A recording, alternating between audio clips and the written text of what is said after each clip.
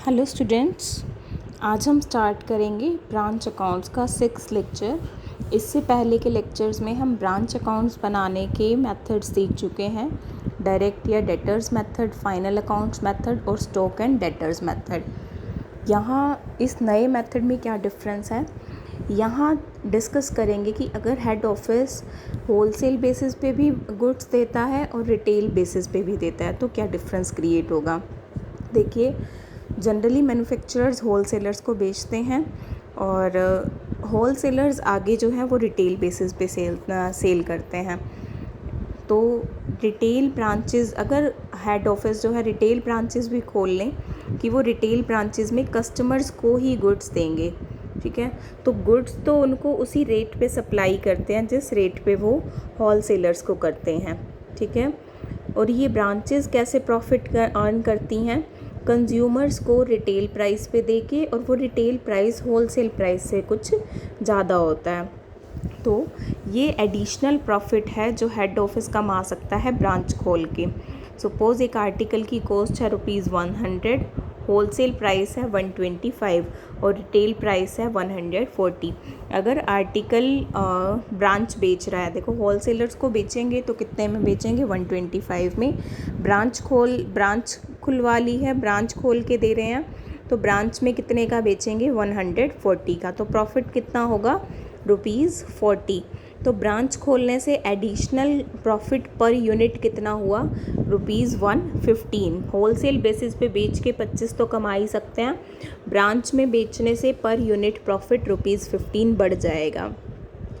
Accounting records, अब यहाँ पे क्या होगा, दो सेल प्राइस हैं, होलसेल बेसिस के लिए 125 और रिटेल सेल्स के लिए 140।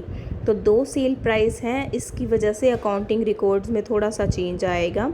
ट्रू प्रॉफिट निकालने के लिए रिटेल ब्रांचेस का हेड ऑफिस क्या करेंगे, पहले तो ब्रांचेस को माल देंगे होलसेल प्राइस पे।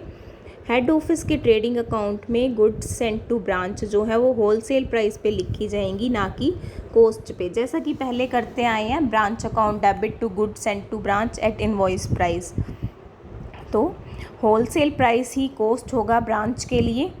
तो क्लोजिंग स्टॉक जो होगा ब्रांच का, मेन इश्यू हमारे पास यहीं आएगा, जो माल सेल हो जाएगा उसका कोई प्रॉब्लम नहीं है क्योंकि वो सेल हो गया तो प्रॉफिट रियलाइज़ हो गया है।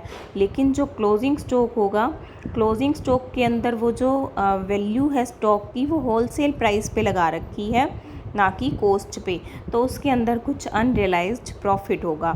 इस अनरियलाइज्ड प्रॉफिट को हमने अकाउंटिंग करते हुए हेड ऑफिस के ग्रॉस प्रॉफिट के अंदर जुड़ गया होगा। तो हेड ऑफिस कुछ ये अनरियलाइज्ड प्रॉफिट की वैल्यू कैलकुलेट करके P&L में डेबिट करेगा, एंट्री करेंगे head office P&L to stock reserve, ठीक है। नेक्स्ट ईयर जब वो स्टॉक बिक जाएगा तो ये एंट्री रिवर्स हो जाएगी, stock reverse to head office P&L account, और नेक्स्ट ईयर का जो क्लोजिंग स्टॉक होगा तो उसके लिए दोबारा एंट्री हो जाएगी head office P&L to stock reserve. Illustration 19 देखिए, सुलभ लिमिटेड की एक ब्रांच है कानपुर में, गुड्स बेचते हैं वो कस्टमर्स को एट कॉस्ट प्लस 100%, मतलब अगर कॉस्ट है 100 और 100% उसके अंदर प्रॉफिट जोड़ दो, 100 का 100% मतलब 100, तो सेल प्राइस कितना हो गया, 200। और wholesale price is cost plus 80%, cost थी 100, 80% मतलब 80, तो होलसेल प्राइस है 180, कॉस्ट है 100 और रिटेल प्राइस है 200। अब इन वैल्यूज़ को हम बहुत ज़्यादा यूज़ करेंगे, कॉस्ट 100, कस्टमर प्राइस या रिटेल प्राइस 200 और होलसेल प्राइस 180। हमें कुछ एक इन्फॉर्मेशन दे रखी है जिससे हमें हेड ऑफिस का और ब्रांच का प्रॉफिट निकालना है। ट्रेडिंग एंड P&L अकाउंट बनाएंगे। ओपनिंग स्टॉक है हमारे पास, तो ट्रेडिंग अकाउंट शुरू करेंगे to opening stock, head office का है, सिर्फ हेड ऑफिस के अकाउंट में ही लिखेंगे। परचेजेस हैं तो परचेजेस भी सिर्फ हेड ऑफिस की हैं, तो टू परचेज हेड ऑफिस में। To goods sent to branch at invoice price, अब ये ब्रांच के ट्रेडिंग अकाउंट में डेबिट होगा। To goods received from head office, जो ब्रांच के लिए बन जाएगा goods received from head office. Sales दे रखी हैं दोनों की, तो बाय सेल्स लिख देंगे, दोनों का बाय सेल्स आ गया, दोनों का क्लोजिंग स्टॉक है। अब यहाँ पे ये जो 54 की गुड्स थी हेड ऑफिस ने भेजी भी हैं, तो हेड ऑफिस के ट्रेडिंग अकाउंट से क्रेडिट होगा। By goods sent to branch 54,000, यही डेबिट होगा ब्रांच के लिए to goods receive from head office. Closing stock लिख देते हैं दोनों का, बाय क्लोजिंग स्टॉक। ये बन गया है ट्रेडिंग अकाउंट, जहाँ से ग्रॉस प्रॉफिट आ गया है, और कोई आइटम है नहीं, लेकिन हम P&L अकाउंट बनाएंगे क्योंकि हमने एक एंट्री करनी है head office P&L account debit to stock reserve. तो ग्रॉस प्रॉफिट लेकर आए, by gross profit be brought down. अब वो अनरियलाइज्ड प्रॉफिट किसके अंदर जुड़ा हुआ है, ये जो ब्रांच का क्लोजिंग स्टॉक है जो हमने होलसेल प्राइस पे दिया है उसके अंदर, ठीक है। 9,000 का क्लोजिंग स्टॉक है हमारे पास में। अब यहाँ देखो, अगर कॉस्ट है 100 तो होलसेल प्राइस है 180, ठीक है। और अनरियलाइज्ड प्रॉफिट कितना हो गया इसके अंदर, 80, ठीक है। अब यहाँ से हम क्या करेंगे, अगर होलसेल प्राइस 180 है तो अनरियलाइज्ड प्रॉफिट 80 है, 1 है तो 80/180। अगर होलसेल प्राइस 9,000 है जो हमारे क्लोजिंग स्टॉक का होलसेल वैल्यू है, तो अनरियलाइज्ड प्रॉफिट कितना होगा उसके अंदर, 4,000। तो ये एंट्री करेंगे head office P&L debit to stock reserve, और नेट प्रॉफिट कम बच जाएगा। तो इस ऐसे केसेस में होलसेल प्राइस जो है वो ब्रांच के लिए कॉस्ट प्राइस बन जाता है। I hope it is clear.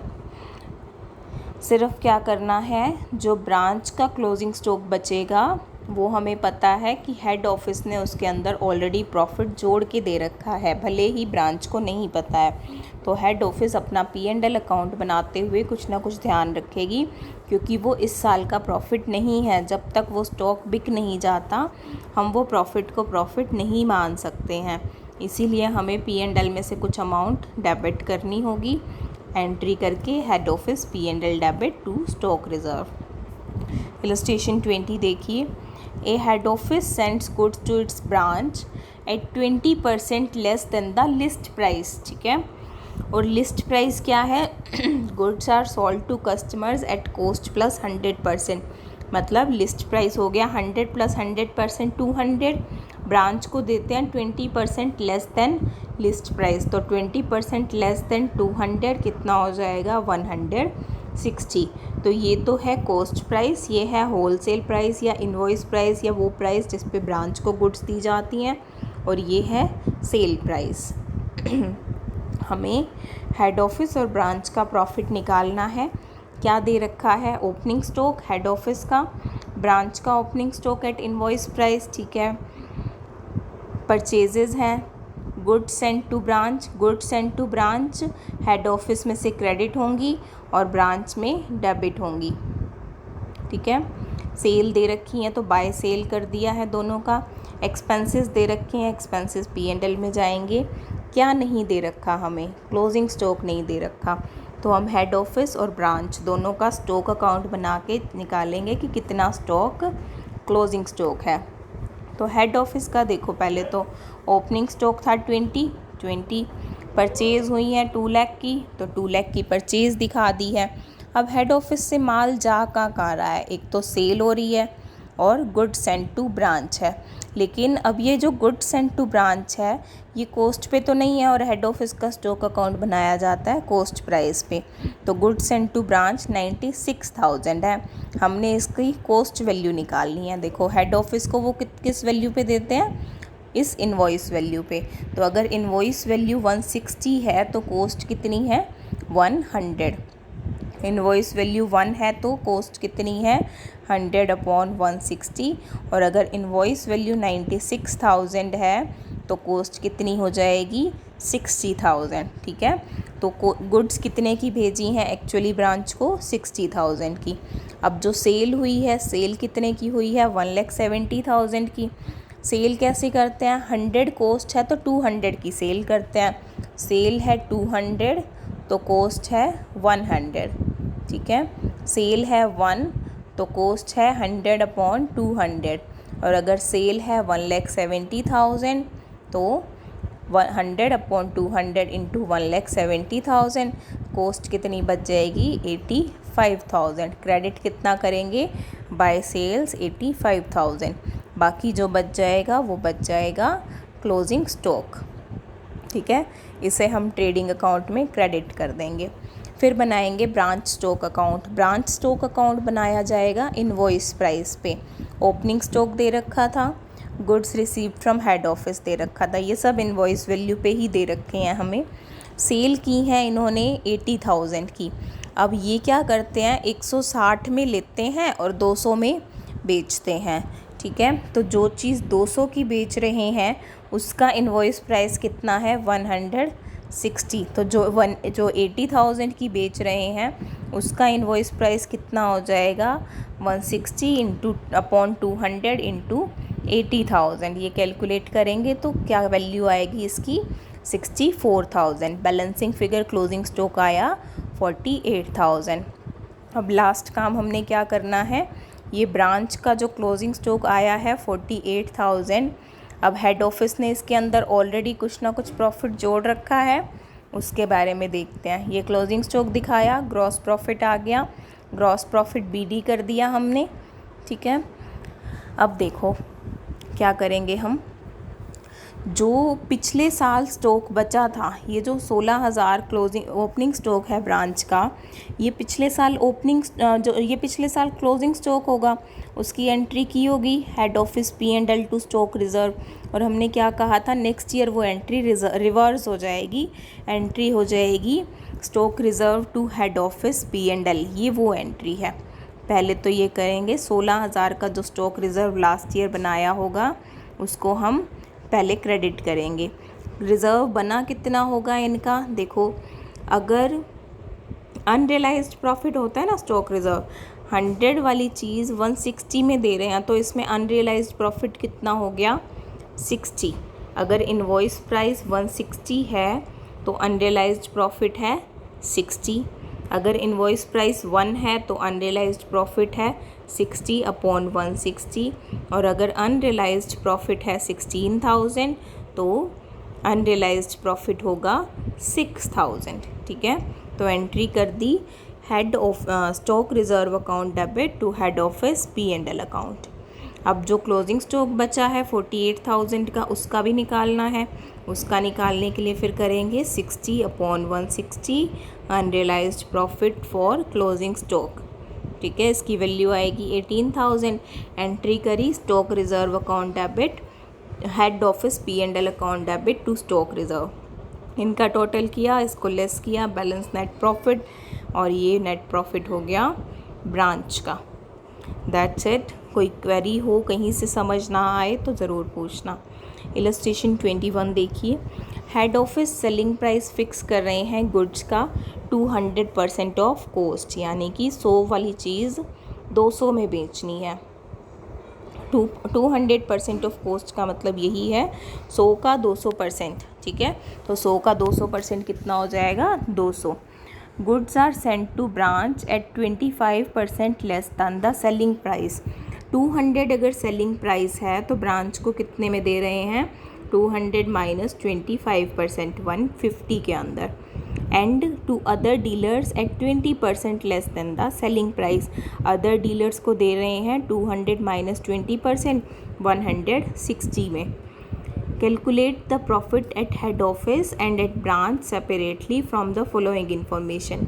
Opening stock है, कर लेंगे।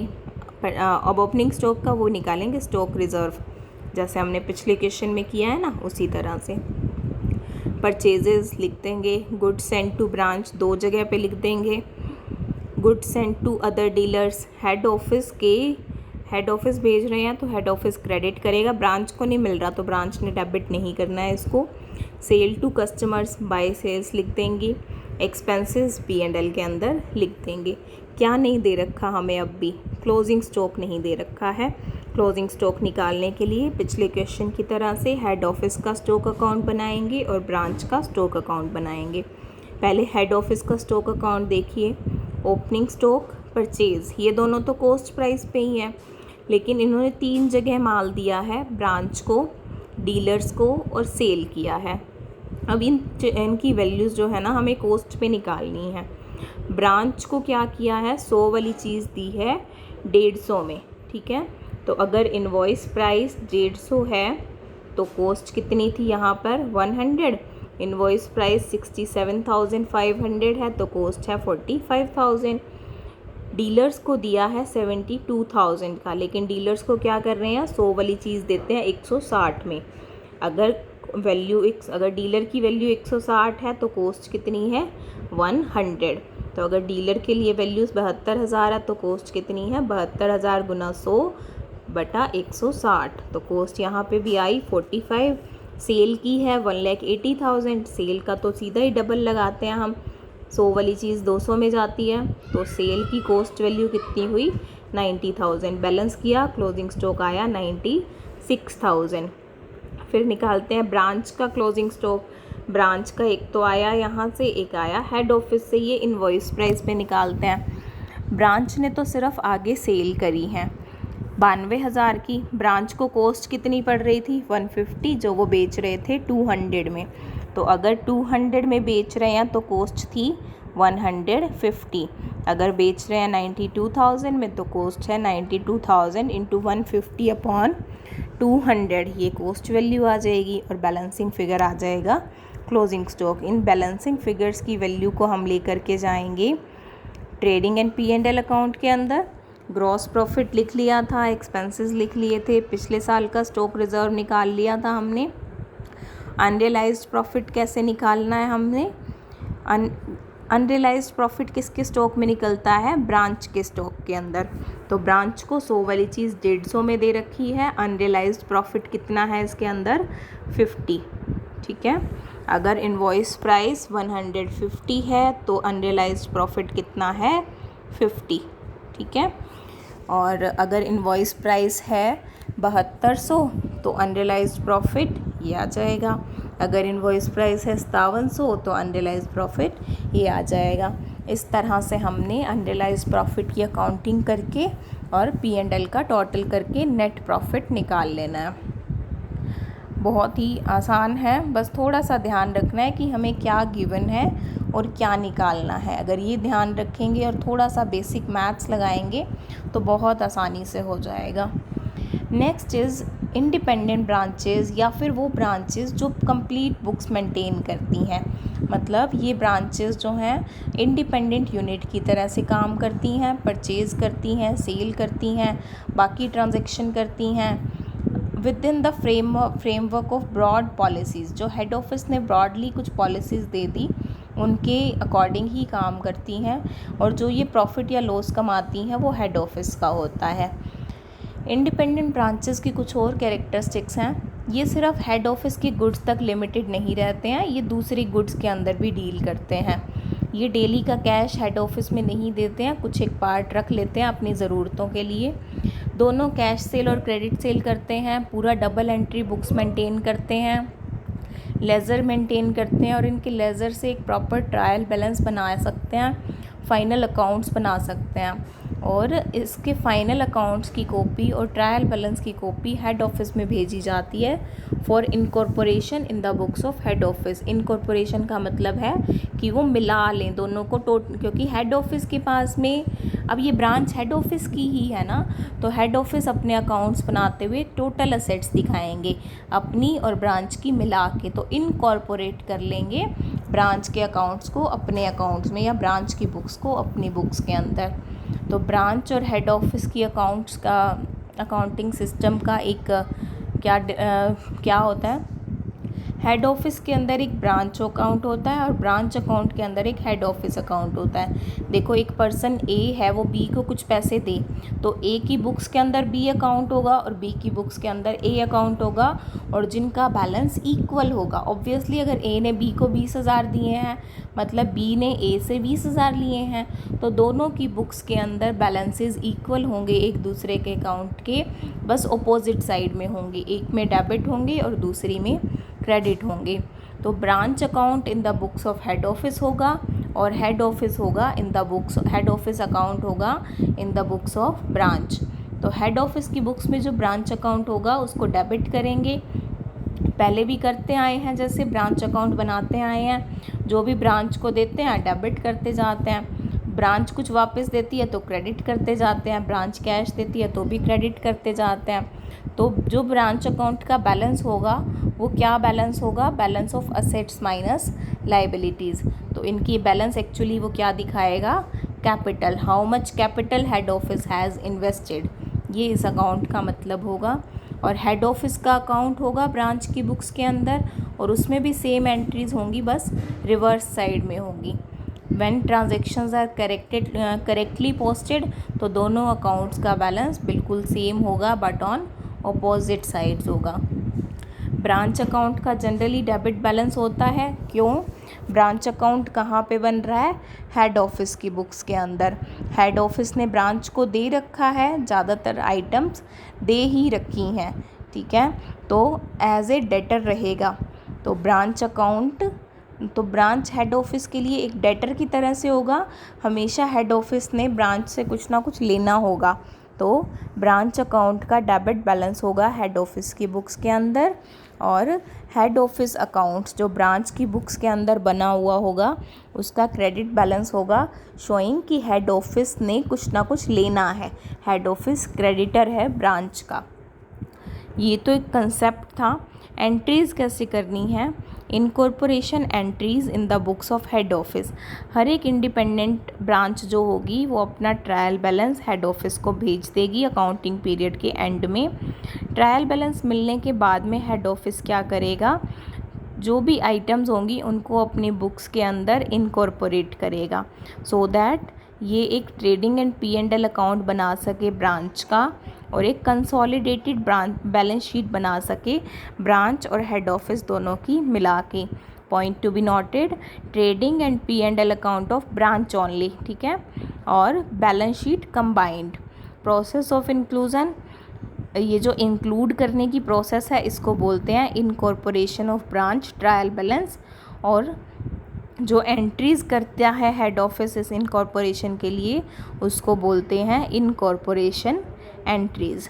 तो यहाँ पे जब इंडिपेंडेंट ब्रांच होती है, अपनी अलग से बुक्स रखती है, तो वहाँ पर अकाउंटिंग में क्या काम करना है, ये इंडिपेंडेंट ब्रांच अपना ट्रायल बैलेंस भेजेगी और हेड ऑफिस क्या करेगा, ब्रांच P&L अकाउंट बनाएगा और इनकॉर्पोरेशन की जर्नल एंट्रीज़ करेगा और एक कंबाइंड बैलेंस शीट बनाएगा।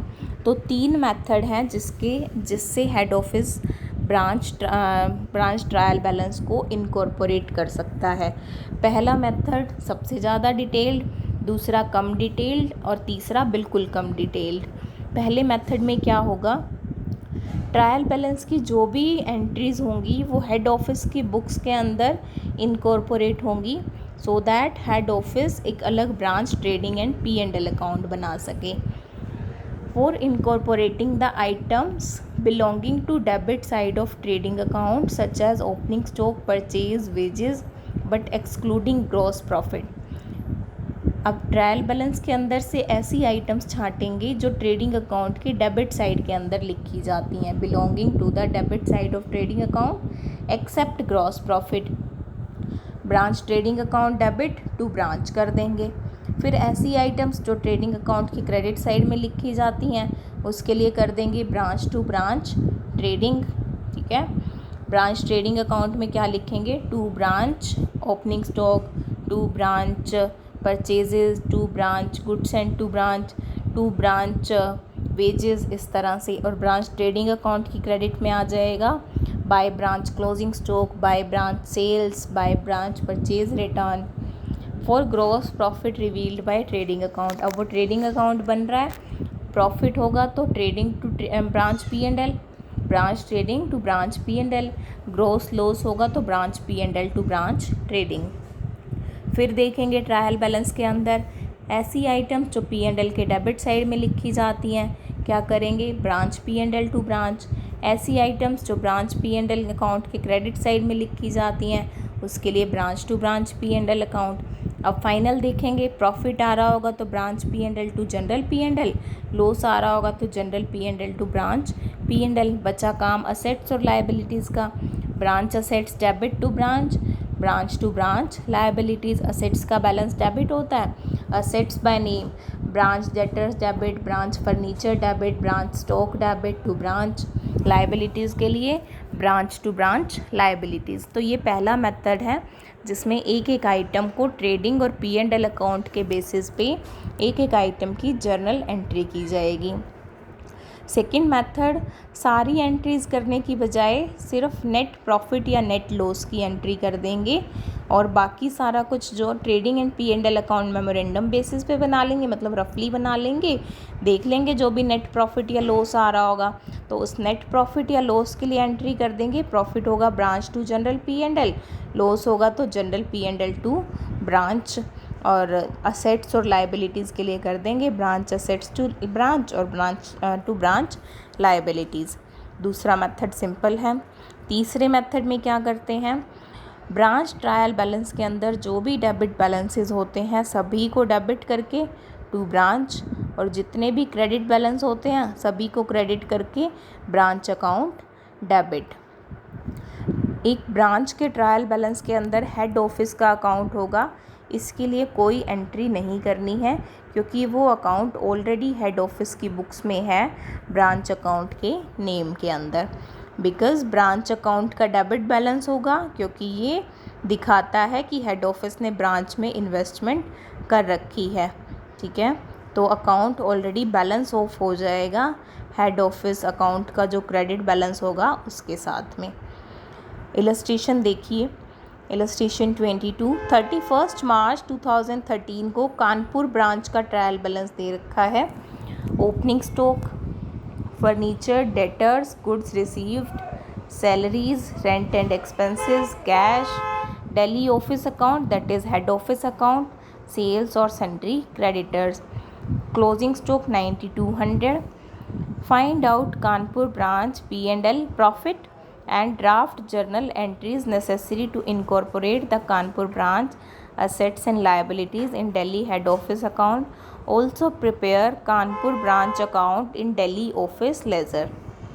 देखो क्या करना है, हमने कानपुर ब्रांच का प्रॉफिट कैलकुलेट करना है, फिर करनी है जर्नल एंट्रीज़, और उसके बाद क्या करना है, कानपुर ब्रांच अकाउंट बनाना है दिल्ली ऑफिस की बुक्स के अंदर। देखो सबसे पहले ब्रांच का प्रॉफिट निकालने के लिए ब्रांच P&L अकाउंट बना लेते हैं। ट्रेडिंग अकाउंट की आइटम्स के लिए क्या करेंगे, branch trading and P&L, branch trading account debit to branch account, ठीक है। Kanpur branch trading account debit to Kanpur branch. Opening stock, goods received from head office. By Kanpur branch entry क्या हुई, branch account debit to branch trading account, तो credit side में आ गया by branch account. Sales और closing stock, profit के लिए branch to branch P&L, ठीक है, ग्रॉस प्रॉफिट है branch trading to branch P&L, तो बाय ब्रांच ट्रेडिंग लिखा। एक्सपेंसेस के लिए टू ब्रांच एक्सपेंसेस, तो क्या कर दिया, to branch account, branch P&L to branch. Profit आया तो टू जनरल P&L अकाउंट। अब देखिए इनकॉर्पोरेशन एंट्रीज़, जैसे हमने ये ट्रेडिंग अकाउंट बनाया है ना, इसी के बेसिस पे हमने एंट्रीज़ करनी है। पहली एंट्री देखो, ब्रांच ट्रेडिंग टू ब्रांच, ठीक है, ये वैल्यू से। दूसरी entry branch to branch trading, इस वैल्यू से। फिर आया ग्रॉस प्रॉफिट, तो branch trading to branch P&L, ठीक है। फिर branch P&L to branch expenses के लिए। फिर प्रॉफिट जो बचे जनरल प्रॉफिट के लिए, branch profit and loss to general profit and loss.